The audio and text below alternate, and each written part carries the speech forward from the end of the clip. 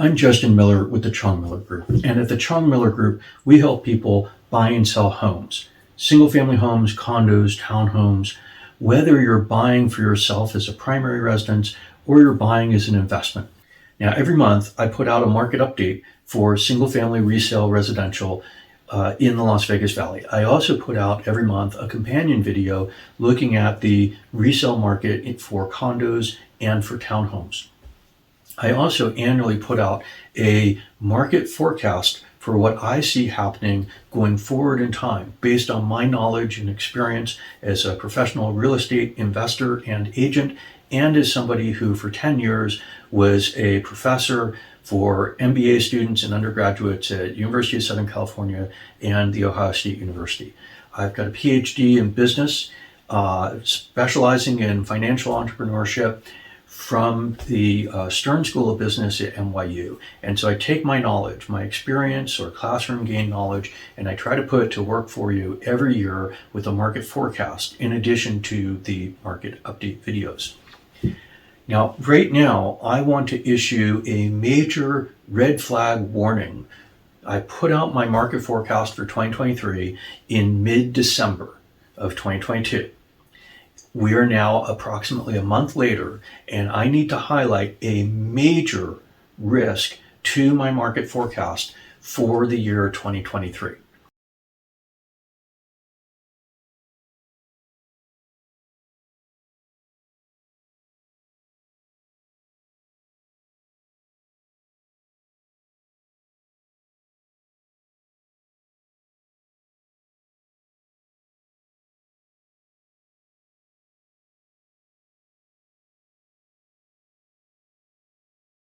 I do not normally have to put out this kind of a video. This is not a correction video. This is rather a major warning.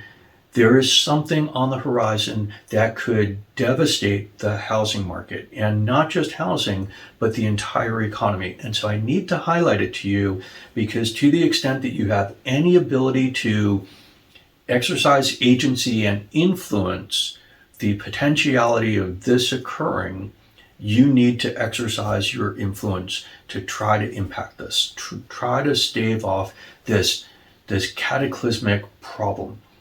Now, this is not the housing market collapsing. This is not something that you see on regular YouTube channels, but this is something that's really important. I try not to mix politics into the videos that I do for a variety of reasons. You have your political beliefs, whatever they are. I don't particularly care to influence them, at least not in this environment. But we now have a problem which is manifesting itself in the US Congress, specifically the House of Representatives, which could be utterly devastating to the entire US economy, in fact, the world economy. Now, we just saw this past week the Republican majority in the House with significant problems electing a new speaker and consequently constituting itself as an active Congress, as a Congress that can actually do things, right? Before there's a speaker, there can be no members sworn in, and consequently, the House of Representatives for the 118th Congress does not exist. It's kind of an ephemeral concept. So we have a speaker who was elected now as of very early Saturday morning after 15 ballots. Now, that some people might say is good, some people may say is bad. It's not in and of itself a problem, but it highlights that there could be something coming down the road that will be very problematic. The Senate's controlled by Democrats, the president's clearly a Democrat, the House is in Republican hands. To be able to pass legislation, Republicans and Democrats are going to have to agree. That may or may not be possible on a great many issues. So the Republicans in the House can do things and it doesn't manage to make it through the Senate, never gets to the president's desk. Democrats in the Senate can do things. If it doesn't get through the Republican House, it never gets to the president's desk. There's nothing to be signed. There's nothing to be implemented. In some manner, this leads to potentially and maybe likely legislative deadlock. not much is going to get passed, probably. So most of the time, when the Congress is looking at passing legislation, that legislation has some, what we might call a positive impact, whether you like that impact or don't like that impact. It's positive in the sense of moving away from the status quo. So it may increase or decrease funding that goes into infrastructure. It may increase or decrease funding that goes into the military. It may increase or decrease funding that goes into the fight against climate change, and et cetera, et cetera, et cetera. It may change policy as related to immigration. It may change policy as related to student loans. It may change policy as related to a whole bunch of things. When Congress fails to act, that means we do not get these positive changes through the legislative channels as related to the status quo. And again, positive not meaning good, but positive meaning movement away from. So if Congress cannot agree between the House and the Senate on making a change, then there's no change. And so we stick with the status quo. And that's a negative in the sense of we're not moving away from the status quo, whether that's inherently good or bad. Most of what Congress does every year is designed to move us away from the status quo. And mostly the Congress fails to accomplish that. And so the status quo is maintained over long periods of time with only those things that are agreed to between the Senate and the House. And in this instance, between Democrats and Republicans, and often so, getting to the president's desk where it may be signed into law or it may be vetoed, keeping us again still at the status quo. But there are some pieces of legislative activity that need to take place, need to actually pass every year. One is the budget. Now, the budget simply is the decision to spend money over the course of the following year. There's the budget which funds the military. There's the budget that funds Social Security and Medicare. There's a budget that funds other domestic programs, sometimes called discretionary programs, because they're not part of the military. They're not part of the non-discretionary spending that just takes place every year, including payment of interest on the debt and things like that. Non-discretionary, it has to happen. Well, if the Congress fails to pass a budget, the government shuts down, at least those required to be open for certain purposes, portions of the government get shut down. There's some emergency spending that can take place to continue certain types of services, but they're very limited in scope. If the government shuts down, that's bad. That happens occasionally. It's happened a number of times over the previous 10 years, especially over the previous 5 years, where the government has shut down for a day or a couple days or up to maybe a month.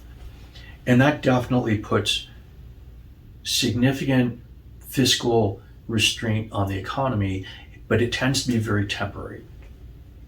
There's one other must-pass piece of legislation. In the US, because of an historical anomaly, a compromise was made in the years between World War I and World War II that for the US government to engage in deficit spending, to take on debt, there must be an agreement with Congress to allow the debt to be up to a certain level, and that beyond that level, debt could not be taken out. So you could think of it for a second as kind of like a credit card limit. You and your bank get into an agreement, you're going to take out a credit card and they're going to let you borrow up to a certain amount. That's your credit limit, and you cannot use above that amount unless the credit card company says, okay, fine, we're going to increase your debt limit. Well, the debt limit for the US is kind of the same. Now there's some differences. Thinking about the budget for yourself and thinking about the budget for the government, they're actually structurally somewhat different. One, you don't engage in taxing people. Two, you cannot print dollar bills. Three, you don't have non-discretionary expenditures and discretionary expenditures that look like the government, nor do you have significant capital expenditures that you need to make every day. Capital expenditures are differentiated from regular expenditures, which may go toward payroll, may go toward buying office supplies.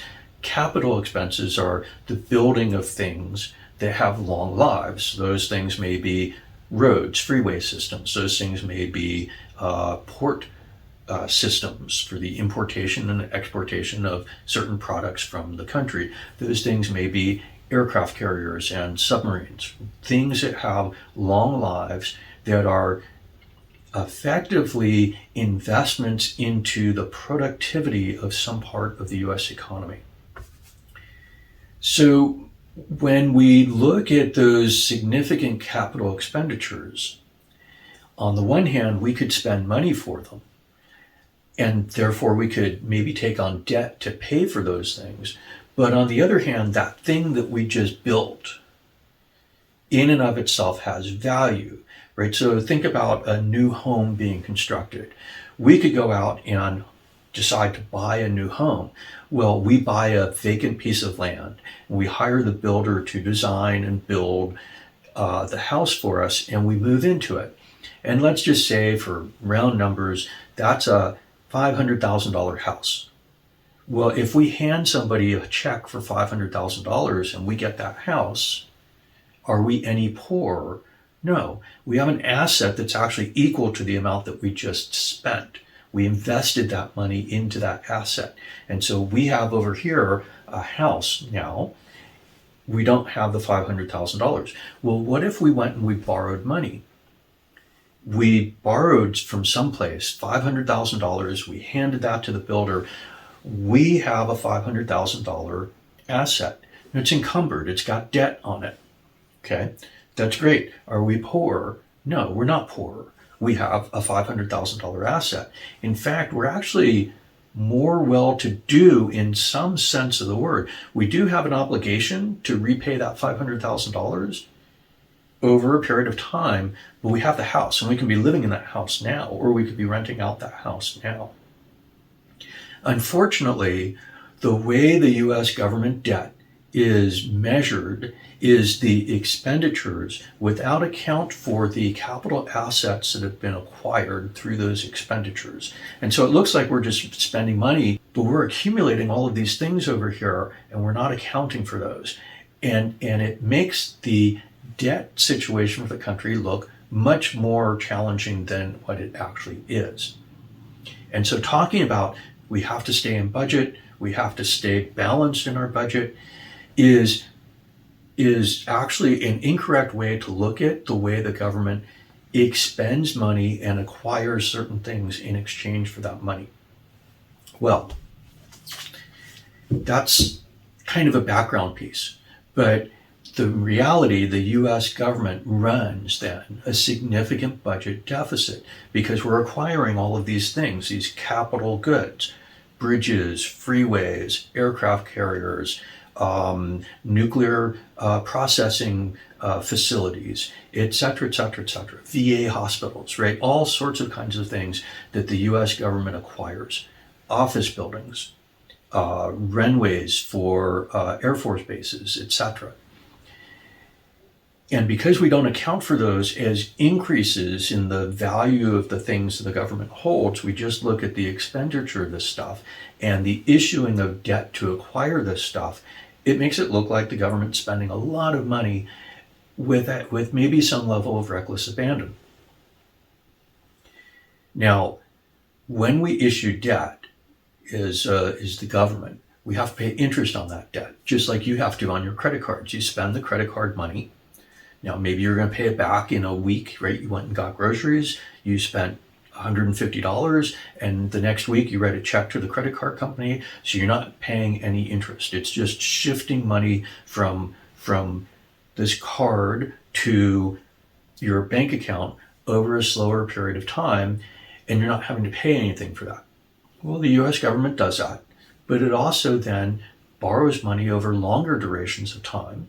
So unlike your credit card, maybe 30-year periods of time, to buy these larger capital goods to finance the debt required to accumulate all of this stuff that the government needs to acquire. Because there's an interest rate, the payment on the debt, if the government were to borrow $1 billion, the cost of that is more than $1 billion.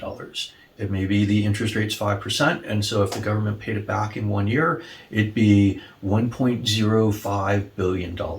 So $1.05 billion, right? That's the interest charge on that debt. But if you're paying over 30 years, just like when you pay on your house, if you acquire your $500,000 house and you take out a 30-year mortgage, you're paying interest every year. And that interest charge over time may be more than the actual $500,000 that you borrowed, not right away, but over time, because you keep having to pay over the 30-year life of that mortgage to pay for that amount that you had borrowed for the house that you had bought. That interest payment could be capitalized. You could say, well, I'm going to refinance it. I'm going to refinance that house. Well, the government could refinance its aircraft carrier.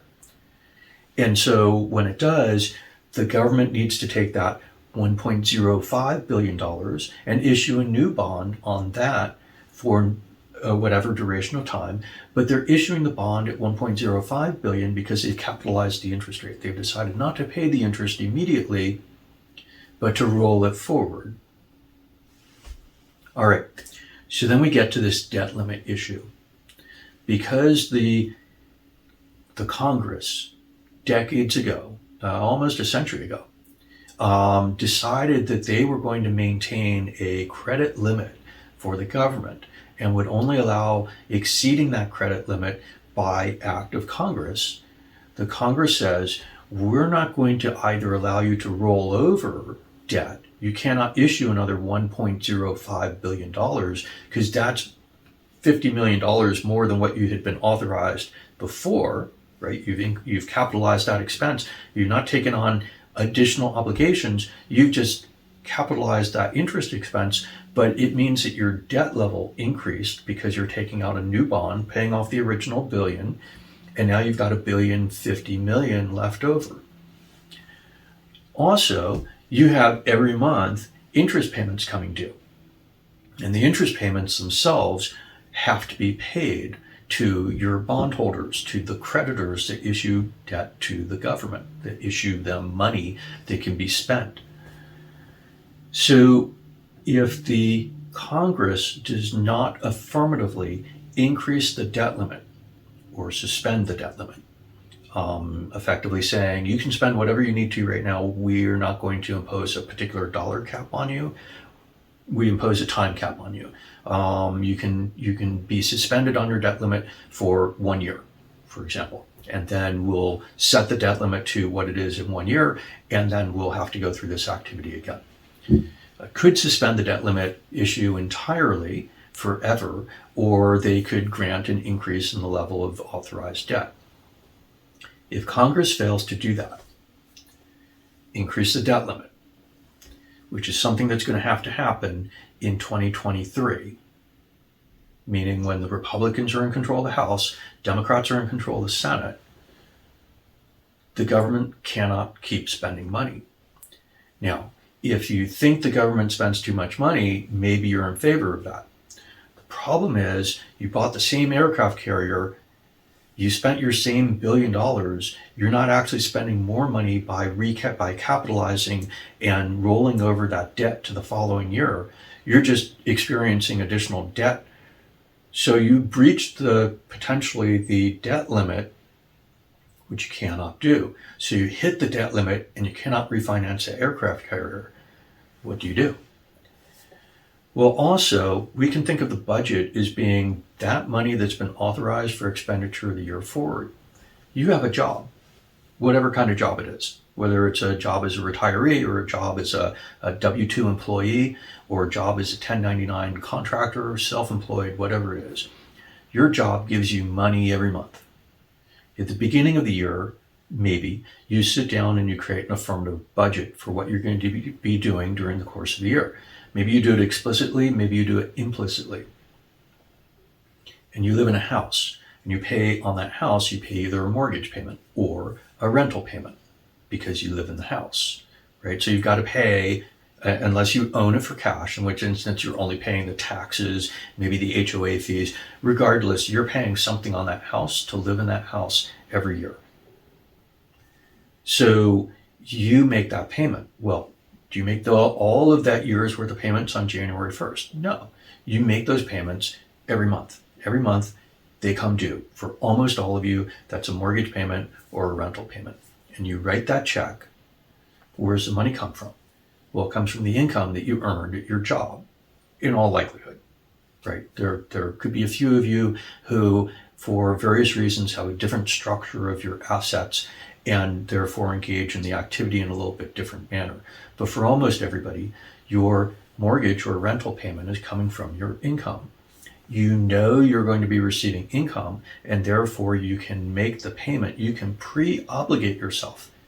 On January 1st, you cannot make a whole year's worth of mortgage payment or rental payment, but you could make 1 month, and you can make another month's payment in February and another in March, and etc. as you go throughout the year.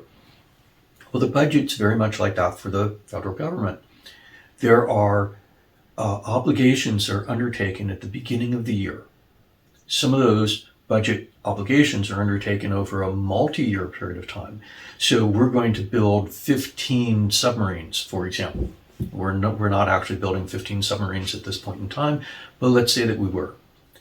And so we obligate ourselves to part of those contracts for the next 15 years in a single year's budget. And we know we're going to be receiving income, or we can borrow, and we can pay for those submarine hulls to be built and filled and etc. through the entire procurement process. So we've taken on obligations, just like taking on a 30-year mortgage 1 year. We take on obligations into the future. Those obligations need to be paid as we go forward in time.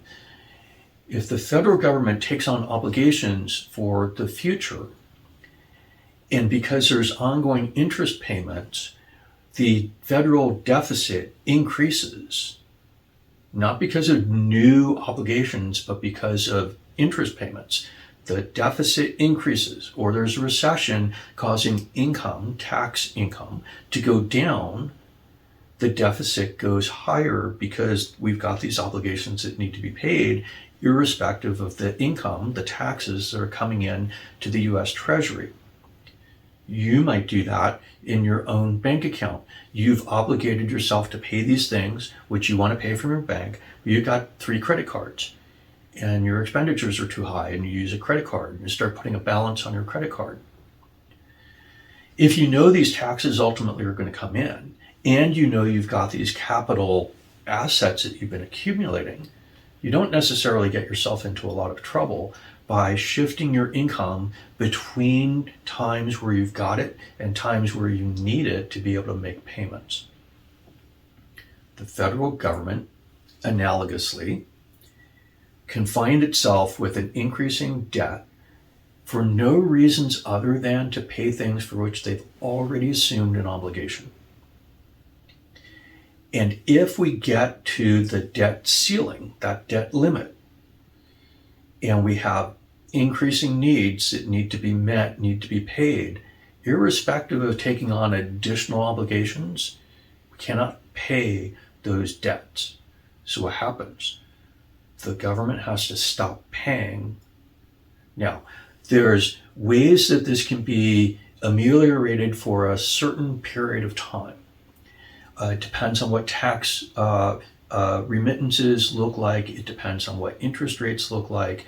It depends on a number of issues. So it's hard to pin this to a particular day and time, because there are what the Treasury calls extraordinary measures that can be put in place that can delay, with just a little bit of room, can delay the actual hitting of that debt limit. But once the extraordinary measures have been exhausted, the government runs into a really, really big problem. And that really big problem is it breaches the debt limit. It defaults on its debt. It cannot pay its obligations. The US government has never done this. There are other governments that have. And when that happens, it puts those has put those other countries into bankruptcy. If the US government hits the debt limit and cannot pay its obligations, either the only things that can be paid are interest payments on that debt, and people's salary no longer gets paid, and road repairs no longer get taken care of, and etc. Right? Because the only thing that can be paid from the income is the interest on the debt, nothing else, or we go bankrupt as a country. If the US goes bankrupt as a country, what happens? Well, the instant response is the Treasury bond market will say we no longer trust the government is actually going to pay us on the debt that it takes out. And so we're going to declare the government in default, and we're going to demand immediate payment, and failure to pay immediately is going to cause us, the market, to increase interest rates on the government. And so government interest rates, Treasury bond rates, increase dramatically, right? Because now you're lending to a deadbeat instead of lending to an ongoing operating concern.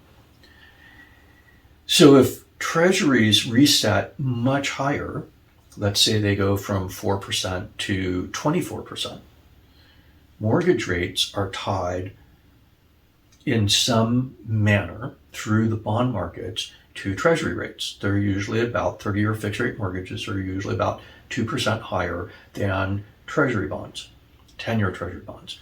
So if 10-year treasury bonds went from 4% to 24%, mortgage interest rates would go from 6%, 2% higher than the 10-year treasury, to 26%. And for people complaining about how expensive housing is because of high interest rates at 6%, imagine what those payments would be at 26%. The housing market would come to an immediate standstill. But it's not just the housing market, it's actually the entire economy, because the US economy works on leverage. Leverage is the use of borrowed money to make payments now, whether that's for salary, whether that's for supplies, whether that's for anything. Just like you may use your credit card to pay your grocery bill today, even knowing that you're paying your credit card next week, before the bill comes due, you're still leveraging the money in your account, the money on your credit card, in order to time shift when your obligation is met. The entire US economy works that way. When's the last time, in fact, the only time, the US economy seized up because of the credit markets coming to a standstill? Leverage was no longer available. It was a financial crisis. I'm not predicting a financial crisis. The last financial crisis was caused by the US Fed, with really significant mistakes on the monetary policy side, specifically allowing the investment bank Lehman Brothers to fail. That literally that same day seized up the entire credit markets for the US and shut down the US economy.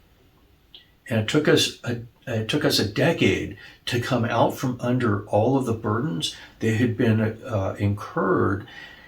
And that didn't even save the businesses that failed and the people who lost their homes, because the Federal Reserve made a big mistake that caused the seizing of the credit markets. The US Congress could do that this year. And I highlight this major concern because for the first time in 100 years, it took more than one ballot to elect the Speaker of the House. The Republicans in Congress, now led by Kevin McCarthy of California, have stated they intend to use the debt limit as a club to extract all sorts of concessions from the Democrats in the Senate and from the president. Likely not being successful in doing that. There's a game of chicken that's going to be played between the Republicans in the House and the Democrats in the Senate and the president, which is astoundingly problematic. And that problematic game could literally result in us hitting and breaching the debt limit. And if it does, Major risk to forecast for the housing market will collapse. Major risk to the forecast for the economy will collapse. And as things slowly start to come back to normal, they'll be coming back to normal at much higher interest rates with much less level of economic activity. And so I don't want to scare anyone. I did not want to put this into the forecast video because I did not want to end that on a very dour note. But I want to highlight it. I want everyone to understand there is a major risk to all forecasts in 2023 because of the debt limit. This is the singular thing the US Congress must pass in 2023 in order to avoid the collapse of the US economy. If the US economy collapses, all bets are off. Right? If the US economy does not collapse, meaning if we do not have a crisis with the debt limit, then we'll be fine. We'll get through a little bit of name calling and things like that, and my forecast remains intact. But I wanted to highlight this as a major risk because it's a catastrophic risk. I don't think we're going to blow through the debt ceiling. I don't think we're going to end up with a collapsing of the economy. But I want you to be aware of it because to the extent you can write your members of Congress, write them. To the extent you have political connections, call your political connections. This is entirely in the hands of the U.S. House of Representatives because the Senate, being controlled by the Democrats, the president's party, will make sure they sign if there's anything that allows them to increase the debt limit. But they cannot do it on their own. It has to be in conjunction with the Republicans who are in charge of the House, who have a majority in the House, taking their responsibilities seriously. Republicans can be serious, they can get things done, but this is going to be a cooperative process or it's a failed process, a cooperative process where at least over the past couple of years, the Republican Party has not shown any desire to be cooperative through many processes. So please keep this aware. Now, with that very bleak note, please share this video widely with anyone who you think may have influence, anyone who you think may know things. Now, I'm not suggesting at all that we should all go run into caves and bury our heads in the sand, either because we want to be ignorant of the risks that are out there or because we need to protect ourselves in case of a downturn. Should the downturn arrive, it's not a downturn. Should the collapse arrive, better you're already living in a nice house because you're not going to be able to get into another house for a really long period of time. Better you should be, making sure that you've got some reserves saved up. But I don't think you need to be stunningly over cautious and risk avoiding through 2023. I think rather we just need to be aware of what's going on, monitoring what's going on, and to the extent that we have influence over it, exercising that influence to make sure that things work properly around the issue of the debt ceiling debate. This is really important, and it's a major risk to the forecast. It's a major risk to the country, potentially existential risk to the country that we're facing as we get through 2023, specifically around the issue of the debt limit. I am Justin Miller with the Chong Miller Group. Thank you for listening. I'll see you in the next video. Bye-bye.